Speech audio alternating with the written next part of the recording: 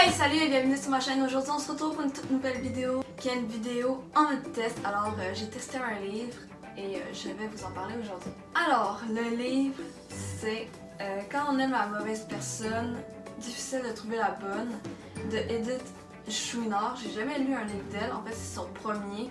Alors c'est vraiment en mode test. Mais quand je l'ai vu à la librairie, une petite anecdote là-dessus, j'étais allée chercher deux livres que je cherchais partout et je les ai enfin trouvés. Ma mère parlait avec le monsieur pour trouver un type de livre parce qu'elle se rappelait plus rien.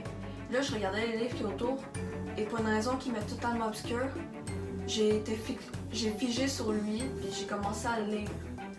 Mais il n'y a rien que j'aime. C'est pas la plus belle couverture que j'ai vue et tout. Il y a du rose puis je déteste le rose. Bref, et j'ai cliqué dessus. Bref.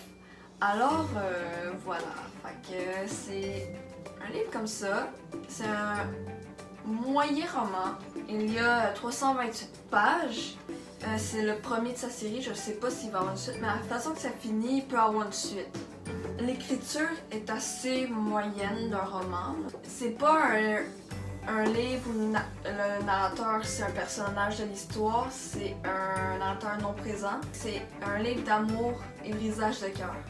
Alors voilà, le livre parle que c'est un gars qui s'appelle Jess qui se fait friendzone par sa meilleure amie Emma.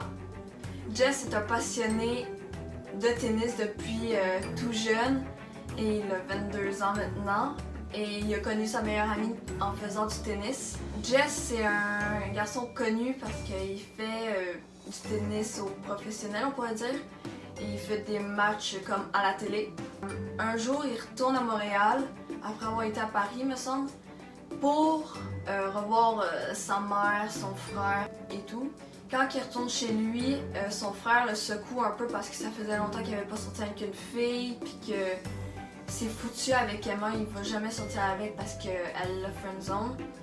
Fait qu'il a dit de venir avec lui au party pour se trouver une conquête. Le party, il y a eu du fun et tout, mais il avait rien trouvé. Mais quand il s'en allait retourner chez lui, il y avait une fille, une magnifique fille qui s'appelle Jessica, qui est surnommée Jess, qui était là et il a eu beaucoup de foudre. Il trouvait tellement que tout était facile avec elle, tu sais. Là après, il se passe plein d'affaires. Elle l'aime, tu sais, elle l'aime pas. C'est pas son style, mais tu sais, il y a un petit quelque chose. Là après, Emma s'en mêle, puis là, Jess est comme pognée, bref. Il y a toute une histoire là-dedans. Dans ce livre, on voit les deux points de vue des deux Jess, mais c'est très facile de savoir qui est qui parce que quand que c'est pas au chapitre qui change, c'est comme à quelques chapitres, ou des fois c'est juste à un et tout. Mais il est comme marqué une page blanche avec Jess dessus pour changer de Jess. Bref, on comprend bien. Alors, je vous dis sa note 4.5 sur 5. Mais sérieusement, j'ai envie de mettre un 5 sur 5 ou un 4.9 sur 5. C'est pas mon livre préféré, mais je pense qu'il va en faire partie. Il est vraiment bon. Pour un premier livre, elle a vraiment frappé fort. Il est vraiment bon. Il est super intéressant. Tu rentres vite dedans. Elle tourne pas en rond, il n'y a rien. Et vu qu'on voit les deux histoires des deux personnages, tu sais, c'est vraiment le fun parce que comme ça, tu comprends mieux dans la tête de l'autre et tout. Et pourquoi elle a fait ça et tout. Fait que c'est vraiment le fun.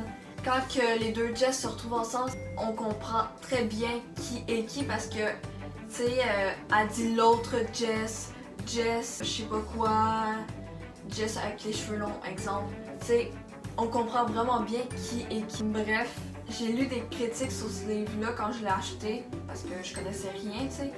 Ils disaient tout le temps « Ah, on a de la misère à différencier les deux personnages. » C'est très clair qui est qui, ok? Il me semble que c'est très rare des personnes qui prennent le tennis comme sport dans les livres et tout. Je vous conseille vraiment. Alors c'est ça pour ce livre. Je pense que j'ai pas mal tout dit. Alors merci d'avoir regardé cette vidéo, j'espère qu'elle vous aura plu. Si c'est le cas, abonnez-vous, bref, vous connaissez la chanson et nous on se retrouve pour une prochaine vidéo. Alors, à plus!